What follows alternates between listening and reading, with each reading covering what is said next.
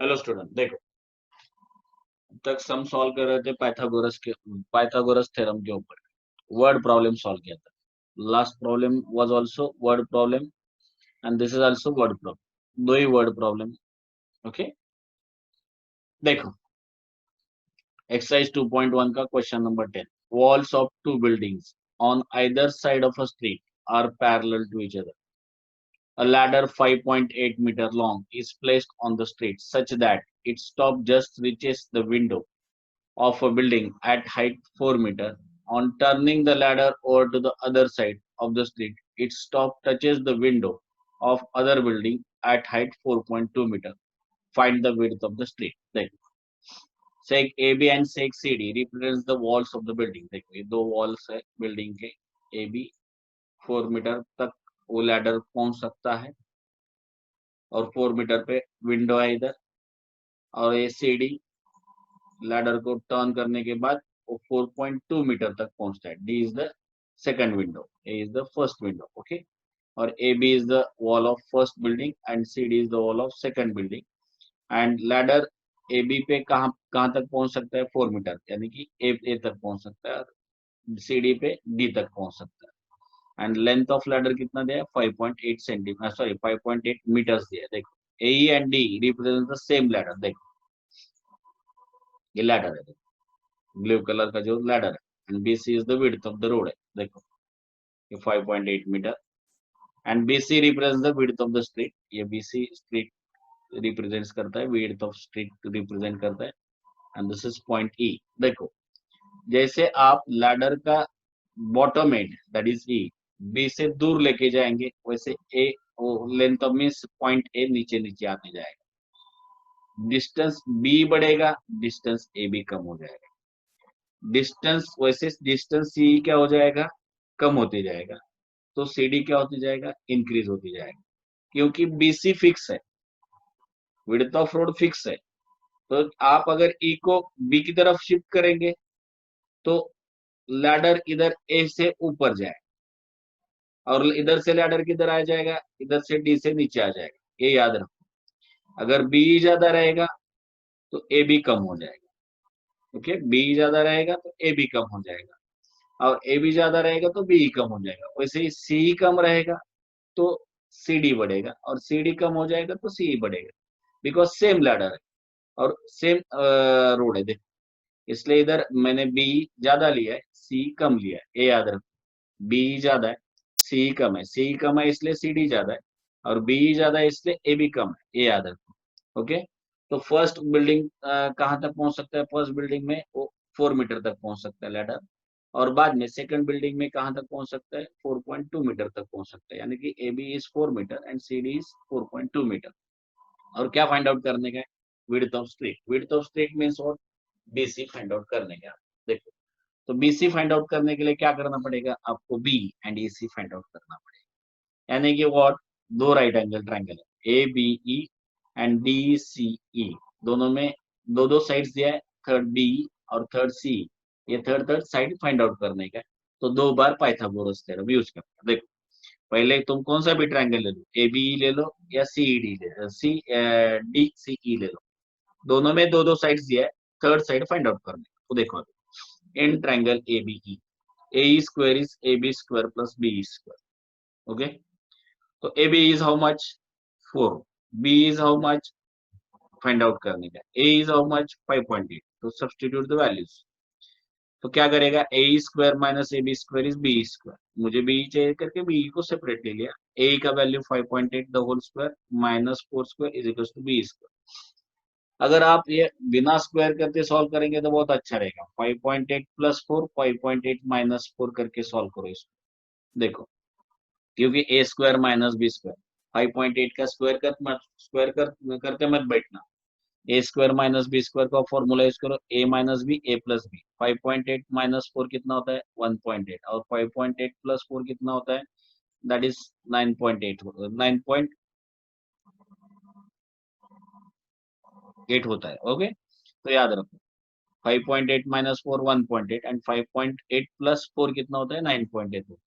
अभी इसका square root निकालने का 1.8 इंटू 9.8, इसको भी मल्टीप्लाई मत करो. इसको भी मल्टीप्लाई मत करना, इसका स्क्वायर रूट निकालने का इजी मेथड, बहुत इजी मेथड है, थोड़ा दिमाग लगा के काम करने का इसमें, क्योंकि ये सम है बहुत इजी, लेकिन कैलकुलेशंस है बहुत डिफिकल्ट, ये याद रखना है। इसमें सम इजी है, कैलकुलेशन डिफिकल्ट है। तो देखो अभी 1.8 को मैं बी स्क्वायर को कैसा लिखता है, देखो 1.8 को मैं लिखता है 18/10 एंड 9.8 को लिखता है 98/10।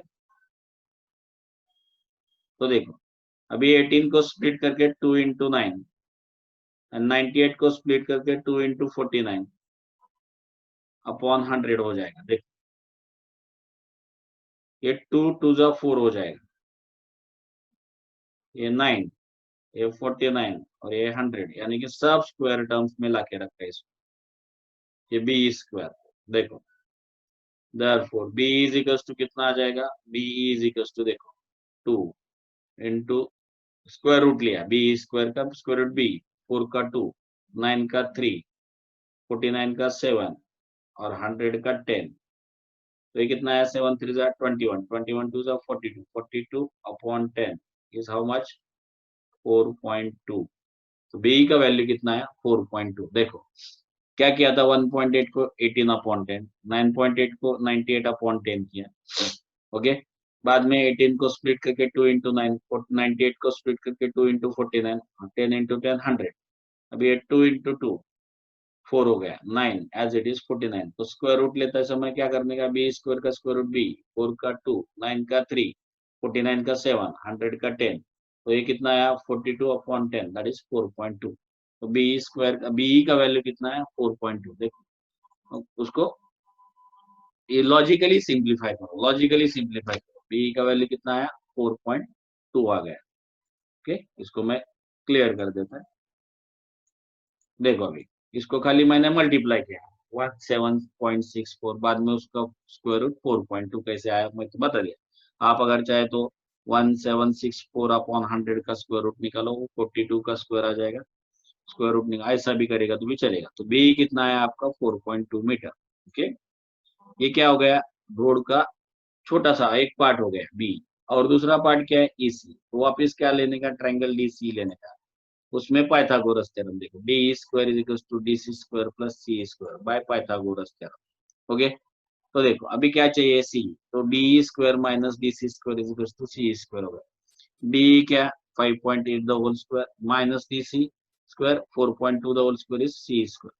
वापिस same A square minus B square वाला formula, A minus B A plus B, 5.8 minus 4.2 into 5.8 plus 4.2 that is C square. ये कितना आता है देखो 1.6, और ये कितना आता है देखो, ये आता है 8 प्लस 2 10 कैरी 1, तो 10 आ जाएगा। Okay, 1.6 into 10 that is C square. तो 1.6 इंटू 10 कितना आता है, 16 आता है, तो सी स्क्वायर का वैल्यू 16 हो गया। स्क्वायर रूट ले लो, 4 हो जाएगा। ओके, सी का वैल्यू 4 हो गया, बट बी मिल गया, सी मिल गया, आ गया क्या आंसर, नहीं, बी सी फाइंड आउट करना है। What is B C, B plus C C. देखो B plus C C that is B dash T dash C है करके। No what is BC, width of road है। Okay, तो देखो B कितना है, 4.2, ईसी कितना है, 4 है, कितना हो गया, 8.2 मीटर हो गया। ओके, तो व्हाट इज बीसी, 8.2 मीटर हो गया, and what is BC, BC is width of road हो जाएगा। देखो therefore width of road, width of road कितना है, अब विड्थ ऑफ स्ट्रीट कितना है, 8.2 मीटर। तो देखो इसमें सिंपल क्या है, दो बार पाइथागोरस थ्योरम यूज करने के, एक बार बी फाइंड आउट करने के लिए, एक बार सी फाइंड आउट के लिए। लेकिन डिफिकल्ट क्या है, देखो ये पार्ट बहुत डिफिकल्ट है, दिस कैलकुलेशन पार्ट, ये याद रखो, this calculation part, particularly this part, ये पार्ट देखो, ये पार्ट बहुत इंपॉर्टेंट है और ये बहुत डिफिकल्ट है। कैसे किया मैंने बता दिया था। ओके, आपको अगर दूसरा सिंपल मेथड है तो वो मेथड से भी सॉल्व कर सकते हो, बट मैंने मोस्टली 99% सिंपल मेथड ही बताया है आपको, ये याद रखो। ओके, तो देखो ये part A square minus B square से ही सॉल्व करो, A plus A minus B A plus B, और बाद में 1.8 को मैंने कैसे किया था, 18/10 और 98/10। बाद में 18 को स्प्लिट करके 2 इंटू 9, 98 को स्प्लिट करके 2 इंटू 49, बाद में डायरेक्ट स्क्वायर रूट निकाला। ओके, हम डायरेक्टली आंसर लिखेगा तो भी चलेगा, बी इज इक्वल टू 48 4.2। ये ब्रैकेट में जो कैलकुलेशन है वो बहुत डिफिकल्ट है ये सब। ओके, चलो नेक्स्ट जाएंगे अभी। नेक्स्ट सम देखो, इसको मैं थोड़ा क्लियर करता हूँ ब्रैकेट को। देखो प्रॉब्लम सेट 2 का क्वेश्चन नंबर 30। देखो ट्रायंगल एबीसी दिया है, एडी परपेंडिकुलर टू बीसी दिया है, तो dB is equal to 3CD दिया है। डीबी CD का 3 टाइम्स है, ये भी दिया है condition. Prove that 2AB square is equal to 2AC square plus BC square. वापस देखो क्या है, AB स्क्वायर है, AC स्क्वायर है, BC स्क्वायर है, सब स्क्वायर है। पाइथागोरस थ्योरम, बाकी कुछ सोचने का नहीं, पाइथागोरस थ्योरम। ओके, तो राइट एंगल ट्रायंगल भी है, तो बहुत इजी सम हो जाएगा। तो देखो ये पार्ट की प्रूव दैट से क्या पता चलता है, क्या यूज करना है, 2AB square 2AC square BC square. मैंने बताया था ये 2 1 सब ये कोएफिशिएंट एडजस्ट होता है, वो उसका फिक्र मत करो, खाली AB square AC square BC square के ऊपर ध्यान देना। Okay, Pythagoras theorem. और ये एक बात भी दिया है, DB is equal to 3CD। DB is equal to 3CD, तो DB is equal to 3CD, उससे ही स्टार्ट करेंगे। DB is equal to 3CD। Okay, very good. But मुझे क्या चाहिए आंसर में, देखो ए बी चाहिए, ओके, और क्या चाहिए, AC चाहिए, और क्या चाहिए, BC चाहिए। ना BD चाहिए ना CD चाहिए, तो मैं BC को फाइंड आउट करेगा। देखो BC is what, BC is what, देखो BD plus CD, why C dash D dash B या B dash D dash C। Okay, but BD को वैल्यू दी है, BD is how much 3CD, तो क्या करेगा, BC is equal to 3CD plus CD, तो BC is equal to 4CD हो गया, BC is equals to 4CD हो गया। Now we will find out the value of CD in terms of BC, क्योंकि answer में मेरे को BC चाहिए। तो कितना हो गया, देखो BC upon 4 is equals to CD, ये हो गया इक्वेशन नंबर 2। तो देखो मैंने CD का सब्स्टिट्यूशन BC में लाके रख दिया। ओके, क्यों, मुझे आंसर में BC ही चाहिए। ये पहला पार्ट हो गया, जो कि वन पार्ट से मैंने यहाँ तक आके खत्म कर दिया इसको। बाद में देखो मेरे को AB स्क्वायर चाहिए, AC स्क्वायर चाहिए, BC स्क्वायर चाहिए। AB स्क्वायर तो मिल जाएगा पाइथागोरस थ्योरम से, ट्रायंगल ADB लेके। AC स्क्वायर मिल जाएगा ट्रायंगल ADC लेके। ओके, तो देखो अब in triangle ADC right angle triangle है, AC square is AD square plus CD square. But AD square, देखो दोनों ट्रायंगल्स में AD कॉमन है, तो मैं इक्वेशन AD स्क्वायर के लिए लिखूंगा, तो क्या बनेगा, AC square minus CD square is AD square, ये हो गया इक्वेशन नंबर 3। ओके, और नाउ सेकंड ट्रायंगल देखो, triangle ADB right angle triangle है, पाइथागोरस थ्योरम अप्लाई करो, AB square is AD square plus DB square. तो मैं इक्वेशन किसके लिए लिखेगा, AD स्क्वायर के लिए लिखेगा, तो क्या आ जाएगा, AB square minus DB square is AD square. This is equation number 4। Okay, तो इक्वेशन 3 एंड इक्वेशन 4 की तरफ देखो, दोनों में AD स्क्वायर है, दोनों में क्या है, AD स्क्वायर AD स्क्वायर है, दोनों में क्या है, AD स्क्वायर है, means what, right hand side same है, means what, right hand side same है। तो लेफ्ट हैंड साइड कैसा हो जाएगा, सेम हो जाएगा, लेफ्ट हैंड साइड कैसा हो जाएगा, सेम हो जाएगा। देखो तो AC square minus CD square is equal to AB square minus DB square हो गया। ओके, तो देखो दोनों ट्रायंगल में AD कॉमन था, तो AD स्क्वायर के लिए इक्वेशन लिखा और राइट हैंड साइड सेम करके लेफ्ट हैंड साइड सेम। तो देखो मुझे क्या चाहिए, AB स्क्वायर चाहिए, तो मैं क्या करेगा, ADB स्क्वायर को उधर भेजेगा, तो क्या मिलेगा, AC square minus CD square plus DB square is equal to AB square. But मैं ये इक्वेशन को AB square is equal to लिखता है। देखो AB square is equal to what, AC square minus CD square plus DB square. ऐसा क्यों लिखा, क्योंकि मेरे को लेफ्ट में AB स्क्वायर चाहिए। वापिस ने तो एक स्टेप बढ़ते जाएगा, तो AB स्क्वायर को लेफ्ट में लिया और बाकी है DB स्क्वायर को राइट में लिया, यानी कि AB स्क्वायर को उधर ही रखो पहले, DB स्क्वायर को राइट में रखो, लेके जाओ, प्लस हो जाएगा।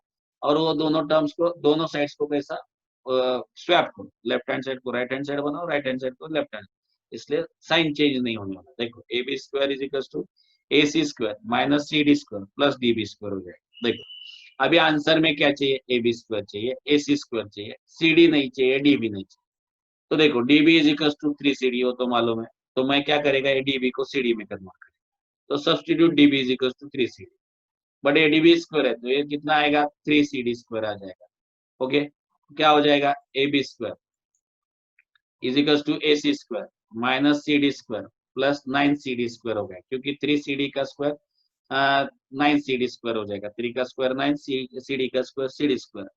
तो देखो -1 CD² प्लस 9 CD² कितना हो जाएगा, 8 CD² हो जाएगा। Okay, AB² is equal to AC² plus 8 CD²। देखो अभी मुझे AB² चाहिए, AC² चाहिए, CD नहीं चाहिए। CD की जगह पे क्या चाहिए, BC चाहिए। देखो आंसर में BC चाहिए, तो CD के जगह पे मैं क्या पुटअप करेगा, BC/4 पुटअप करेगा। देखो BC/4 और स्क्वायर है करके स्क्वायर आ गया। Okay, simplify this AB² as it is. Okay, तो इक्वे फ्रॉम 2 आ गया। AB² as it is, AC² as it is, plus 8 as it is, BC² upon कितना आएगा, ये 16 आएगा। तो 8 1 जा 8, 8 2 जा 16, तो ये डिवाइडेड बाय 2 हो गया। अब ये 2 से हर एक टर्म को मल्टीप्लाई करो, 2AB²। देखो BC² अपॉन 2 आ गया। अब ये 2 से हर एक टर्म को मल्टीप्लाई करो, 2AB², 2AC² और ये 2 से मल्टीप्लाई करेगा ये BC² अपॉन 2, और 2 और ये 2 कैंसिल हो जाएगा, तो क्या मिलेगा, 2AB² is equal to 2AC² plus BC²। देखो मिल गया कि नहीं, कुछ नहीं है, 2 बार Pythagoras theorem triangle ADB and triangle ADC को, दोनों में AD² कॉमन है, तो इक्वेट करो इक्वेशन। बाद में वन एक एक टर्म एलिमिनेट करते जाने का। पहले क्या एलिमिनेट किया आपने, DB। क्यों DB एलिमिनेट किया, क्योंकि नहीं चाहिए मुझे आंसर में। तो DB के जगह पे क्या पुटअप करेगा, 3CD। तो क्या मिला आपको, 9CD 8CD²। वापिस CD को रिप्लेस करो, किससे, BC/4। इसलिए CD का मैंने सब्स्टिट्यूशन पहले फाइंड आउट करके रखा। क्यों CD को रिप्लेस करने का, क्योंकि आंसर में मेरे को AB AC एंड BC चाहिए, तो CD को रिप्लेस करके BC में कन्वर्ट कर दिया, और बाद में क्या करने का, सिंप्लीफाई करने का। ओके, ये भी इंपॉर्टेंट सम है।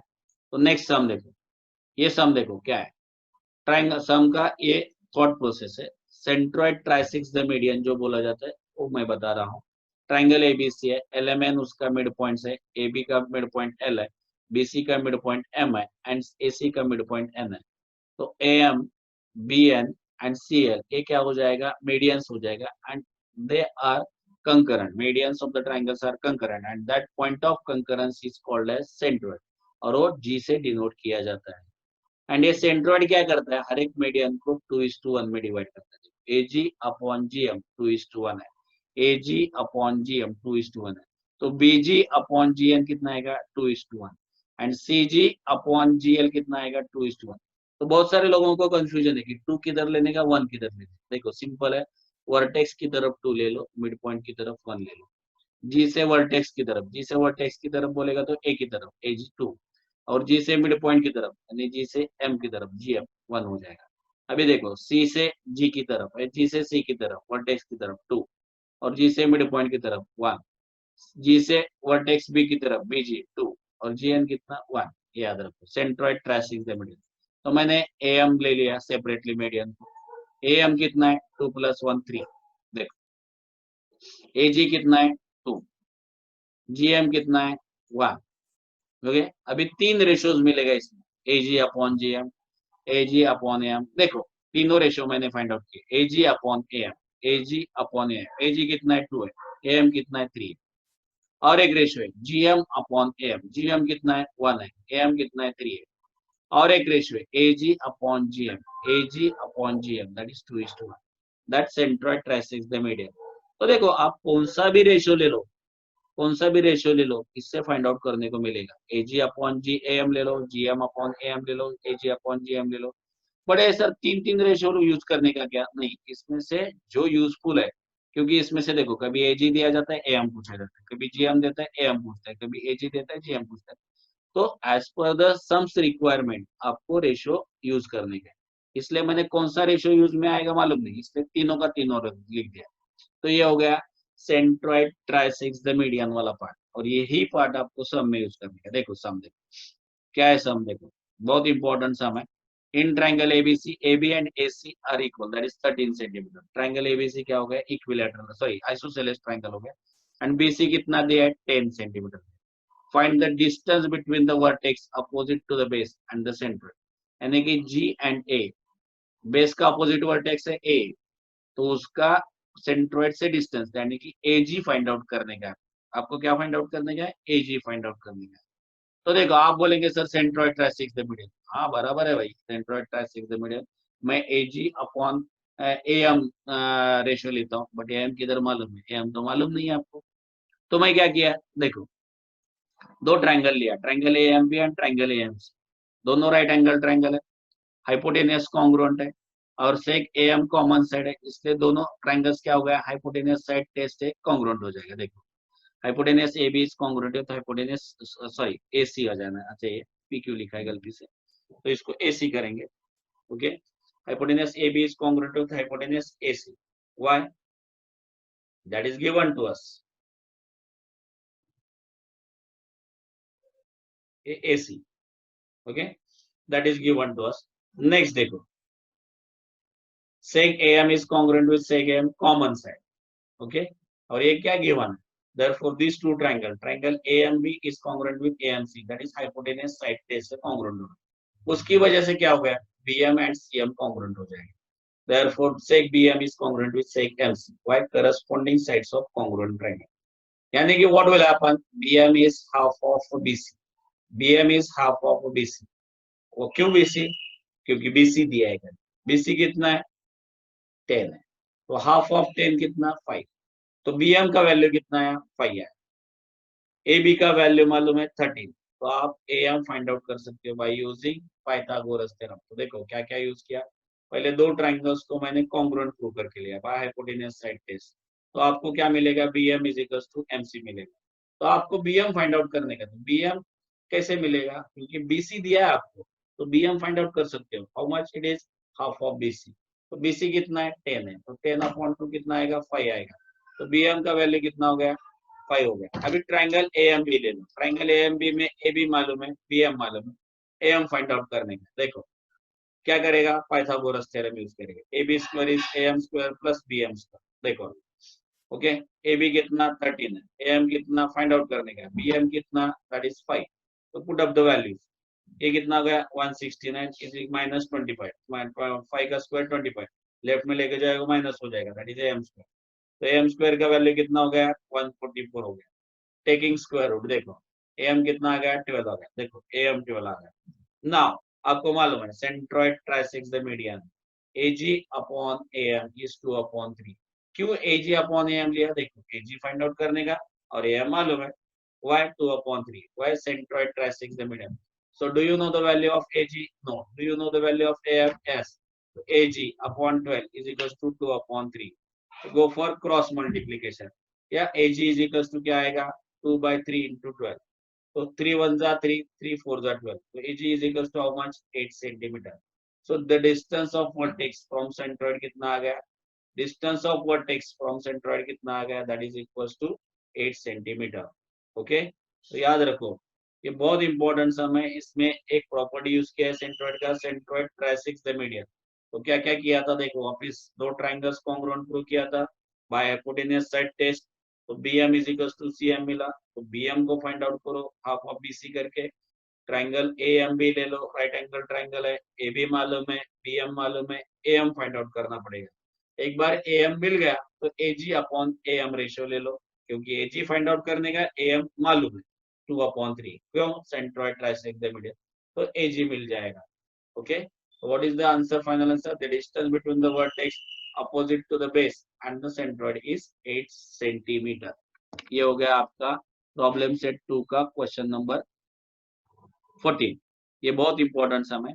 ओके, नेक्स्ट देखो, अभी ये चैप्टर में बचा क्या है, देखो जो पार्ट ओमिट किया है वो मैंने लिया नहीं, अभी देखो बचा क्या है इसमें, अभी MCQ स्वीट डिश वाला सम बोलते हैं मैं इसको, क्योंकि बहुत इजी रहता है, out of the following which is Pythagorean triplet, triplet है देखो पाइथागोरियन ट्रिपलेट, तो क्या करने का, हर एक को सॉल्व करके देखना पड़ेगा, बड़ा नंबर का स्क्वायर करना पड़ेगा, हर एक को सॉल्व करना पड़ेगा, बड़ा नंबर का स्क्वायर कितना होता है, देखो बड़ा नंबर का square is equal to sum of squares of two remaining numbers, तो it follows the Pythagorean triplet, otherwise it doesn't follow the Pythagorean triplet। देखो इसका 10 का स्क्वायर 100, और ये 5 का स्क्वायर 25 प्लस 1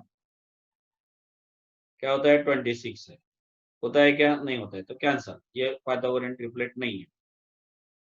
अभी 3 4 5, 5 का स्क्वायर 25 और 3 का स्क्वायर प्लस 4 का स्क्वायर 9 प्लस 16 कितना आता है 25 आता है, यानी कि दोनों इक्वल आ गया, तो ये पाइथागोरियन ट्रिपलेट है, बाकी का देखने की जरूरत नहीं है। ओके, तो देखो आंसर क्या आना चाहिए, B. Correct answer is B. Okay, because greater number square is equals to sum of squares of two smallest numbers, so it follows the Pythagorean triplet. तो देखो ये हो गया sum number one. In the right angle triangle, if sum of squares of sides making right angle is 169, then what is the length of hypotenuse? यानी कि देखो simple है, एक रफ फिगर ड्रॉ करता हूँ। क्या दिया है आपको, देखो अगर मैं इसको a, इसको b और इसको c लेता हूँ, तो आपको दिया है a square plus b square. Sum of squares of, देखो sum of squares of sides making right angle, तो कितना 169 दिया है।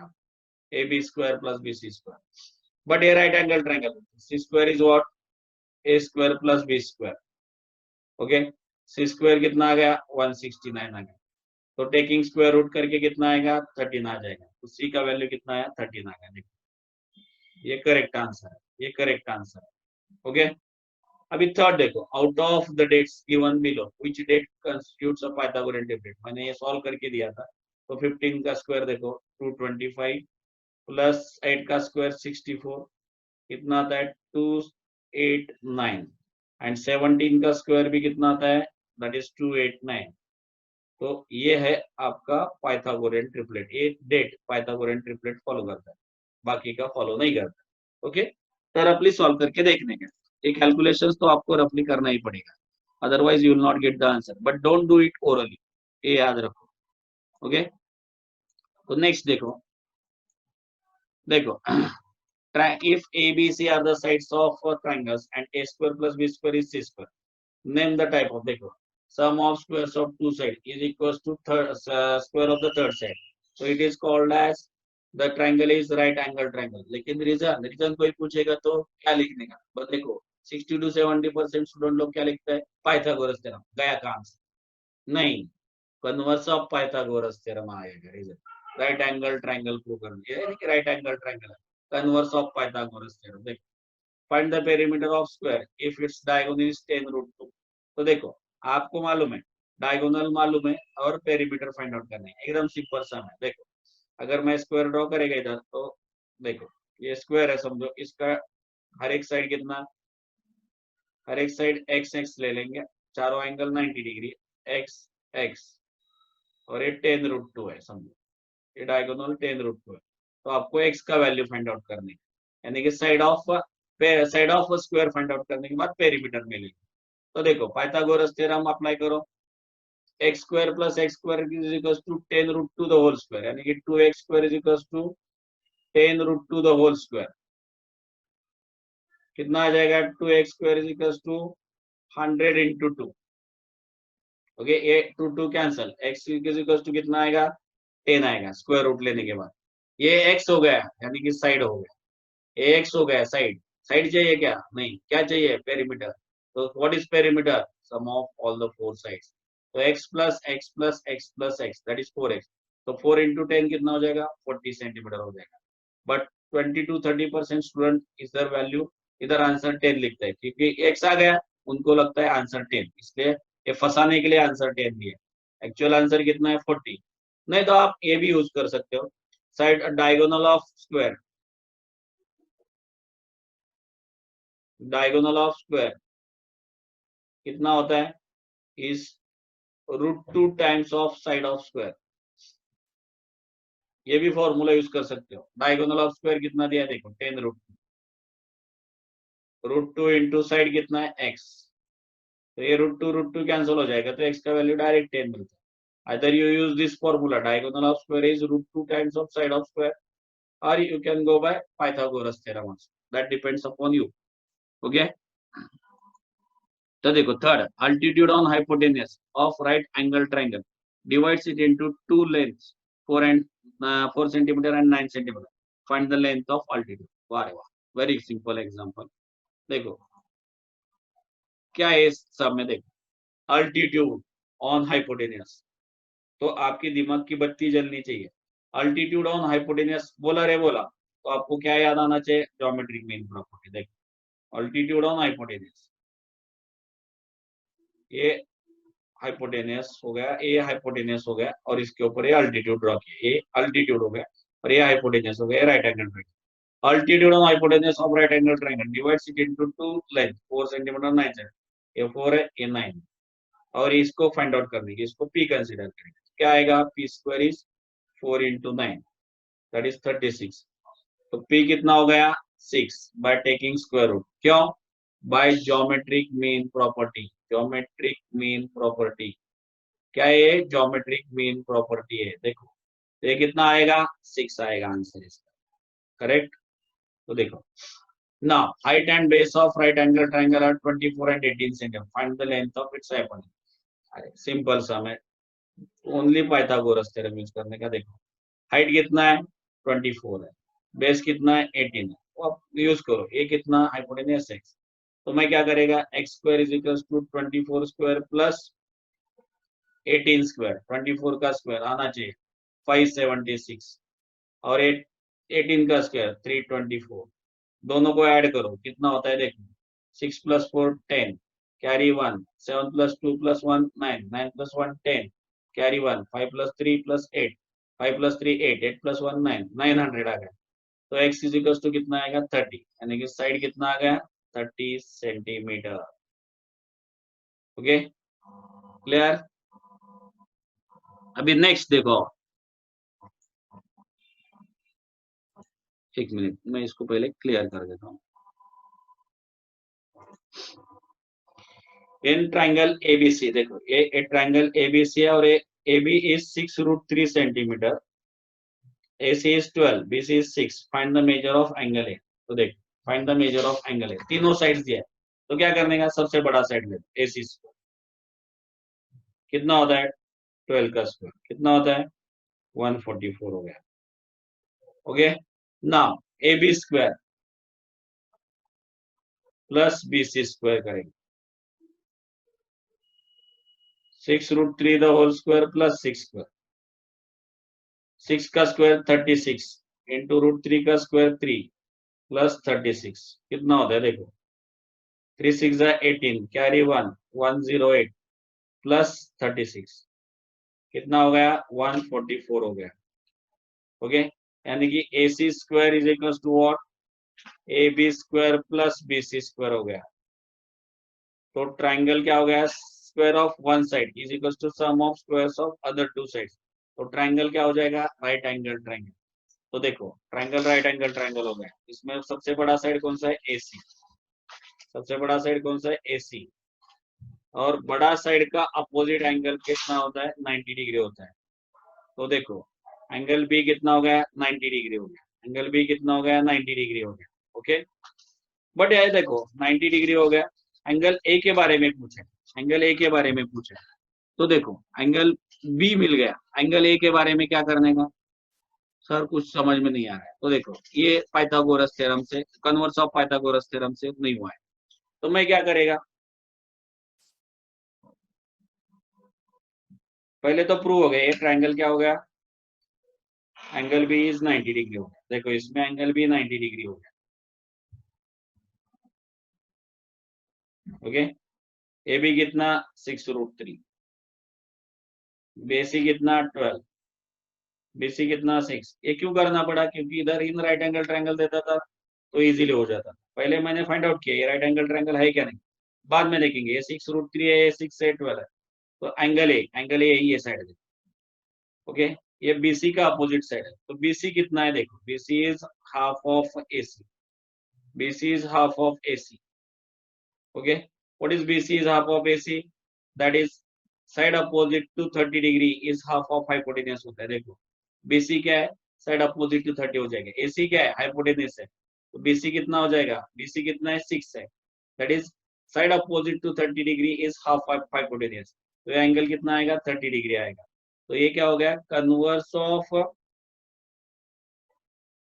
30 60 90 डिग्री थ्योरम हो जाएगा कन्वर्स ऑफ 30 60 90 क्या बोलता है देखो कन्वर्स ऑफ 30 60 90 क्या बोलता है साइड अपोजिट टू देखो कन्वर्स ऑफ 30 60 में क्या आता है अगर कोई साइड हाइपोटेन्यूज का हाफ रहेगा तो वो साइड का अपोजिट एंगल 30 अगर कोई साइड हाइपोटेन्यूज का √3/2 टाइम्स रहेगा तो वो साइड का अपोजिट एंगल कितना 60 ये याद रखो अगर हाफ ऑफ हाइपोटेनस रहेगा, देखो बीसी क्या है, हाइपोटेनस का हाफ है, तो बीसी का अपोजिट एंगल 30 और ए बी कितना है, √3/2 टाइम्स ऑफ हाइपोटेनस, तो ए बी का अपोजिट एंगल कितना आएगा 60। ये याद रखो, इधर converse of 30 60 90 degree theorem use किया है।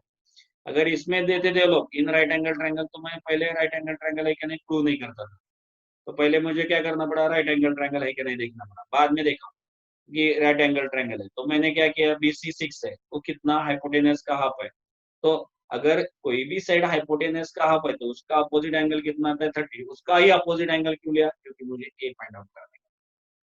तो देखो ए का वैल्यू कितना आएगा, 30 डिग्री आएगा। ओके, ये हो गया तुम्हारा चैप्टर नंबर 2। ओके, चलो अच्छी तरह से पढ़ने का है। 99.99% I tried my level best to explain all the sums.